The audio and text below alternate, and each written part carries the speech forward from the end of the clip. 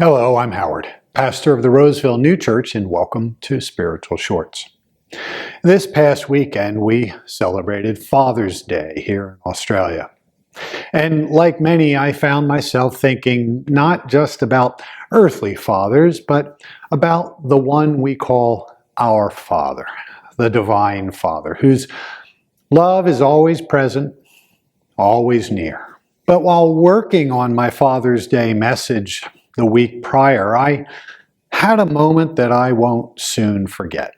I was writing about how the Lord's fatherly qualities, His protection, His care, His guidance, are meant to shape the way we nurture our children.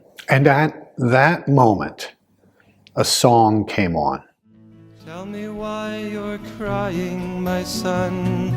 I know you're frightened like everyone. Is it the thunder in the distance you fear? Will it help if I stay very near? I am here. It stopped me in my tracks.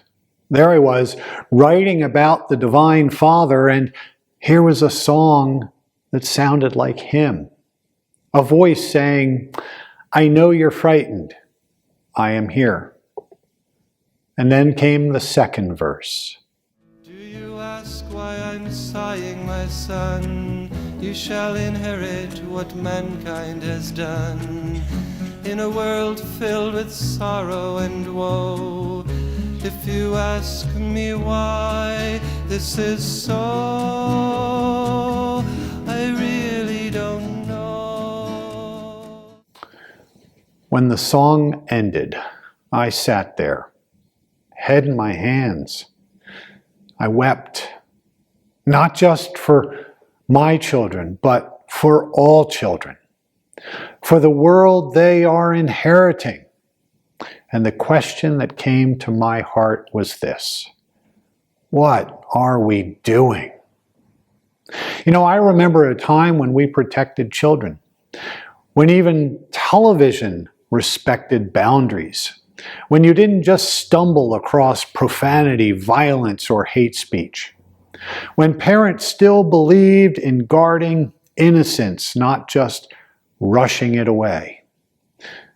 But today, in so many corners of media and power, profanity is praised, adultery is normalized, hatred of the other is used to score points, cruelty is mistaken for strength. And our children, they're watching.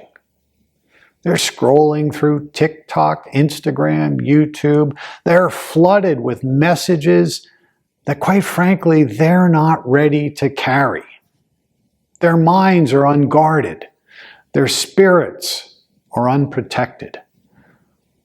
And the adults, the parents, they're often overwhelmed, unsure how to resist the tide, or convinced, well, maybe childhood just ends earlier now. But what if it doesn't have to? What if the sacred duty of protecting innocence still stands? The Lord said, let the little children come to me, for of such is the kingdom of heaven. In Swedenborg's teachings, this isn't just a sweet moment. It's a spiritual teaching.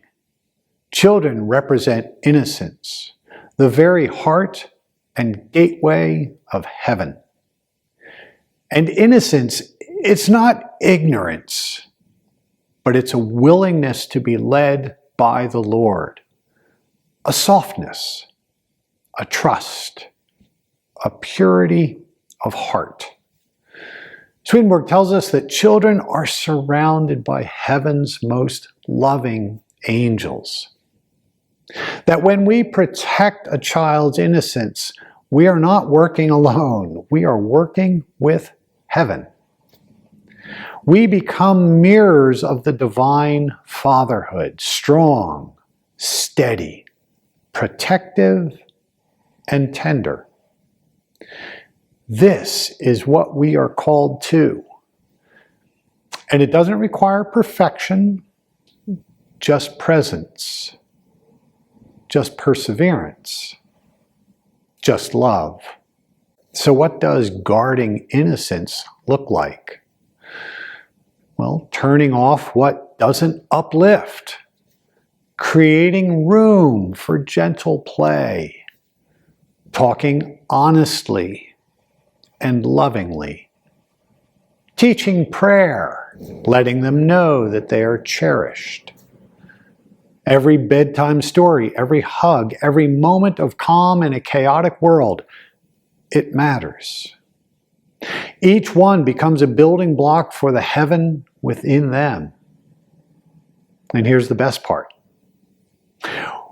While we play an essential role in protecting innocence, we must remember that it is ultimately the Lord who safeguards and regenerates innocence in every child and in each of us as we turn to Him. And so we return once more to a song. Peter, Paul, and Mary once asked the question, Where have all the flowers gone? And with aching simplicity, they ended that song with another haunting question. Oh, when will they ever learn? Oh, when will they ever learn?